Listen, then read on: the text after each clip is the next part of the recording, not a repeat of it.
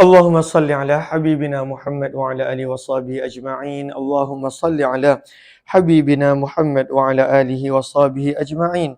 اللهم صل على حبيبنا محمد وعلى آله وصحبه أجمعين.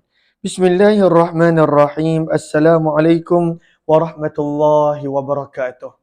بسم الله، الحمد لله، والصلاة والسلام على حبيب الله سيدنا محمد بن عبد الله وعلى آله وصحبه ومن والاه. سبحانك لا علم لنا إلا ما علمتنا إنك أنت العليم الحكيم، ولا حول ولا قوة إلا بالله العلي العظيم. اللهم رب اشرح لنا صدورنا ويسر لنا أمورنا واحلل عقدة من ألسنتنا يفقه أقوالنا. اللهم فقهنا في الدين وعلمنا التأويل برحمتك يا رب العالمين، والحمد لله رب العالمين. Ahlan kepada semua, ahlan wa sahlan wa marhaban bikum. Apa khabar semua? Salam pertemuan dalam pembacaan kitab sirah dalam program Santai Sirah, yang mana kita pada siri yang ke-14 ini nak membicarakan berkenaan tentang wahyu pertama. Kita telah tiba pada muka surat yang ke-94. Muka surat 94 membicarakan tentang wahyu pertama yang Nabi SAW terima. Ahlan kepada semua, mohon jasa baik untuk bantu share, bantu untuk kongsi, bantu untuk sebar luas. Mudah-mudahan lebih ramai beroleh manfaat. Kita nak baca daripada buku Sirah Nabawiyah Ar-Rahiqul Maktum, membicarakan tentang kekasih Allah, kekasih kita, Nabi SAW. Kita dah tiba pada muka surat 94. Jika ada yang ingin untuk mendapatkan buku dan kitab, maka di TikTok telah diletakkan di dalam beg kuningnya, dan di Facebook nanti akan di-sharekan linknya insya-Allah. Lalu pada muka surat 94, kata penulis buku dengan tajuk Jibril menyampaikan wahyu. Maka kita tahu Jibril adalah malaikat yang Allah pilih untuk membawa wahyu. Dan Jibril juga dikenali sebagai ketua para malaikat. Allah Subhanahu wa taala jika mencintai seseorang, maka Allah akan maklumkan kepada Jibril untuk maklumkan kepada para malaikat, seperti mana yang ada disebutkan dalam hadis Nabi sallallahu alaihi wasallam. Maka Jibril adalah malaikat yang tugasnya membawa wahyu kepada para anbiya alaihi wassalatu wassalam, pada para rasul alaihi wassalatu wassalam. Maka bilakah Nabi mendapat wahyu pertama? Kata penulis buku, apabila genap umur Nabi SAW 40 tahun. 40 tahun. Dan di sini ada poin yang menarik, yang mana kata penulis buku, usia 40 tahun dikira usia seseorang itu telah matang. Sebab itu kebanyakan para rasul menjadi rasul pada usia 40 tahun. Al-Quran juga menegaskan umur yang perkara yang sama. Firman Allah, hatta idza balagha ashuddahu wa balagha arba'ina sanah. Dalam suratul Ahqaf, Al-Quran menyebut usia 40 tahun sebagai hatta idza balagha ashuddah. Seseorang itu telah sampai usia yang matang. Telah sampai usia yang pada waktu itu dia sepatutnya dah boleh meninggalkan perkara yang tak baik. Dah boleh mula istiqamah pada perkara yang baik. Usia 40 tahun. Maka sebab itu, cumanya kadang-kadang kita tersilap. Kita ingat 40 tahun maksudnya 40 tahun Masihi. Sebenarnya Islam mengajar kita untuk mengira 40 tahun Hijri. Kenapa? Ada beza ke 40 tahun Hijri dan Masihi? Ada. Setiap tahun, maka kalender Islam dia cepat 10 hari berbanding daripada kalender Masihi. Lalu selalunya kalaulah kita nak kira 40 tahun ikut perkiraan yang sebenar, selalunya kalau umur Masihi kita adalah sekitar usia 38 ataupun 39 tahun. Maka sebab itu kata penulis buku, usia 40 tahun adalah usia yang seseorang itu dah dikira sepatutnya matang. Bahkan Imam Al-Ghazali rahimahullah pada permulaan kitab beliau Bidayatul Hidayah. Kata Imam Ghazali dalam permulaan kitab Bidayatul Hidayah, beliau bawakan satu riwayat yang sebahagian menyebutkan riwayat yang boleh diamalkan, sebahagian riwayat menyebut riwayat yang lemah.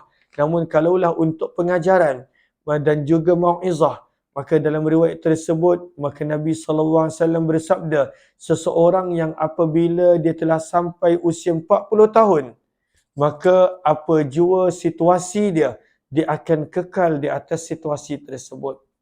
Kalaulah kalaulah dia berada pada kebaikan, dia akan kekal pada kebaikan. Kalaulah dia masih berada pada keadaan yang tak baik, Allahu Akbar, dia khawatiri dia akan kekal pada keadaan yang tak baik. Maka kalaulah ada yang dah dekat-dekat usia 40 tahun, maka ambil beratlah usia ini, sebab usia ini disebutkan dalam Al-Quran sebagai usia seseorang itu dah dikira matang. Hatta idza balagha ashuddah wa balagha arba'ina sanah. Dan Allah mengajar orang yang dah sampai usia 40 tahun, kalau perkiraan masih hujung 38 ataupun 39, untuk dia membaca doa, Rabbi auzi'ni an ashkura ni'mataka allati an'amta alayya. Ya Allah, kalaulah dah sampai usia 40 tahun, Allah suruh kita berdoa, Ya Allah, kurniakanlah kekuatan kepadaku untuk mensyukuri nikmat-Mu. Sepatutnya dah bersyukur 40 tahun. Lebih daripada separuh usia Allah dah bagi. Kalaulah kita hidup, katakanlah 80 tahun. Kalaulah kita hidup 60 tahun, 2/3 usia Allah dah bagi.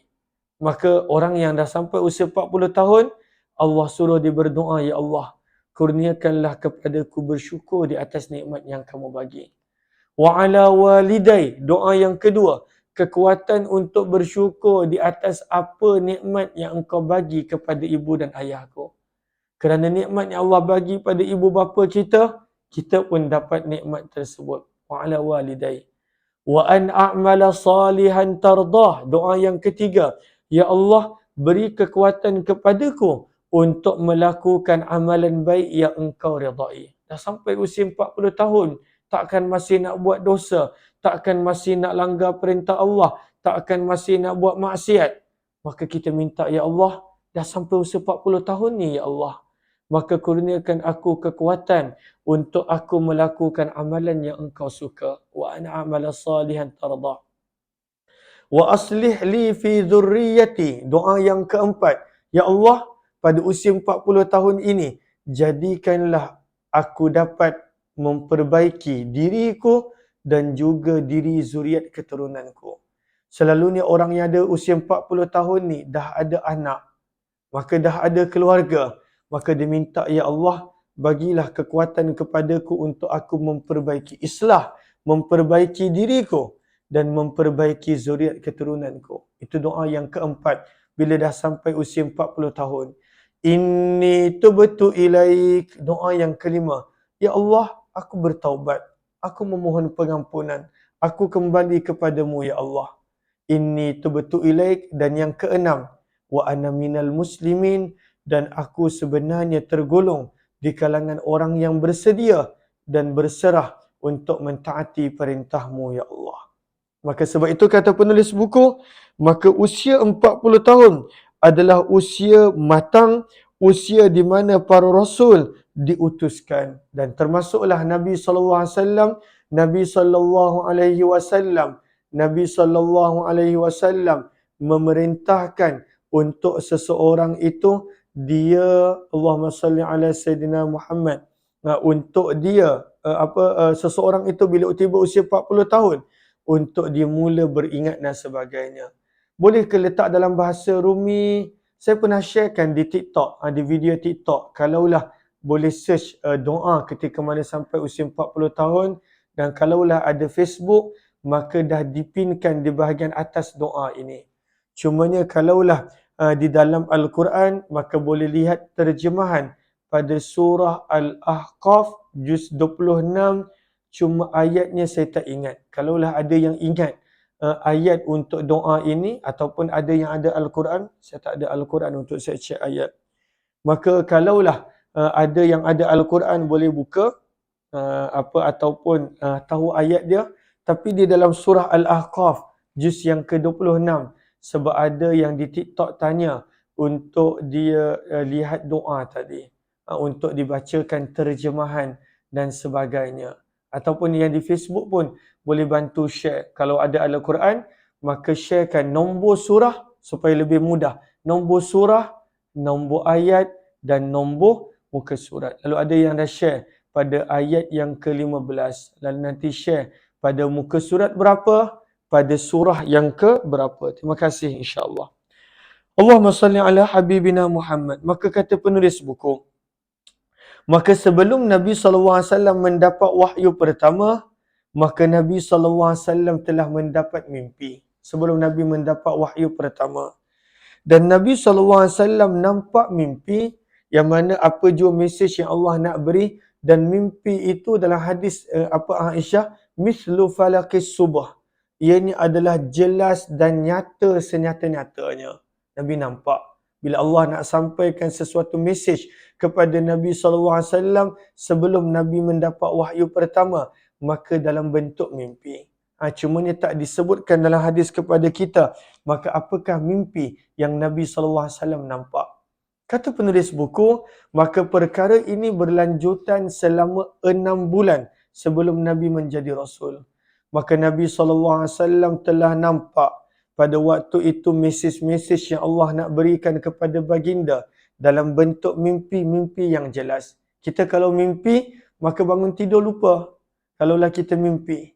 Kalaulah ingat pun, tak ingat dengan jelas sepenuh dia.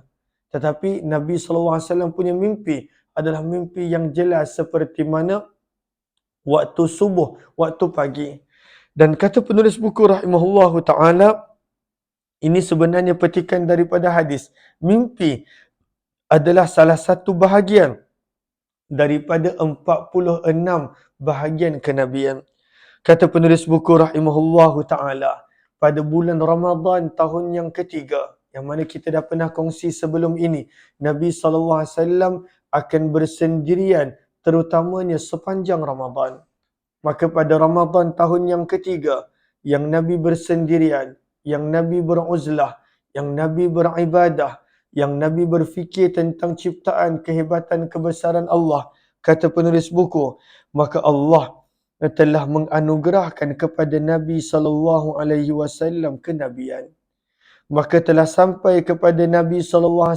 Penulis buku punya pandangan pada muka surat 95, wahyu pertama turun pada 21 Rabiul Awal. Itu pandangan penulis buku. Kita di Malaysia lebih memegang pandangan yang mengatakan 17 Ramadan. Penulis buku sebut 21 Ramadan. Maka sebab itu penulis buku menyebut, maka pada malam 21 Ramadan pada hari Isnin bersamaan, kalau ikut ke tarikh Masihinya, untuk 21 Ramadan tersebut adalah 10 Ogos tahun 610 Masihi.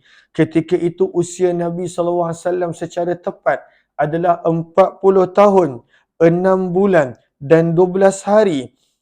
Maka Nabi SAW telah didatangkan pada waktu itu dengan wahyu pertama. Wahyu pertama telah sampai kepada baginda Nabi SAW pada usia 40 tahun, 6 bulan, 12 hari. Maka bagaimanakah wahyu pertama ini turun? Maka Aisyah radhiyallahu ta'ala anha menceritakan sebuah hadis yang panjang mengenai tentang wahyu pertama. Dan kisah ini, hadis ini, Imam Bukhari rahimahullahu ta'ala bawakan sebagai hadis yang kedua di dalam kitab sahih beliau. Dan beliau letakkan tajuk, Babu Kaifa Kana Bad'ul Wahyi. Hadis yang menerangkan tentang bagaimana permulaan wahyu. Maka Aisyah radhiyallahu anha panjang lebar menceritakan kepada kita berkenaan tentang kisah penurunan wahyu pertama. Maka apakah kisah dia? Apakah hadis tersebut yang Imam Bukhari nukilkan dan diletakkan sebagai hadis yang kedua setelah innamal a'malu binniyat? Maka kata Aisyah radhiyallahu ta'ala anha berkenaan tentang peristiwa wahyu pertama, apakah kisah dia? InsyaAllah kita sambung esok insyaAllah. kita sambung esok. Lalu kisah ini kita akan sambung esok, bagaimana turunnya wahyu yang pertama kepada Nabi sallallahu alaihi wasallam, muka surat 95 insya-Allah. Lalu hari ini kita dah belajar satu doa daripada suratul Ahqaf yang mana kalaulah kita boleh amalkan, mudah-mudahan insya-Allah menjadikan Allah istiqamahkan kita di dalam ketaatan dan kebaikan insya-Allah. Terima kasih semua. Kita jumpa esok dalam pembacaan kitab hadis Sahih Imam Muslim dan 10.30 esok dalam santai sirah berkenaan tentang Rasulullah SAW. Biar sedikit, yang penting ada yang kita boleh ambil ibrah dan pengajaran insya-Allah. Terima kasih semua. Jumpa esok 10.30 malam dalam siri santai sirah berikutnya. Sedar tak sedar, kita dah tiba muka surat yang ke-95. Alhamdulillah. Mudah-mudahan kita dapat khatamkan buku ini dan menjadi khatam yang kedua untuk saya dan juga sebahagian yang menonton insya-Allah. Terima kasih. Jumpa lagi.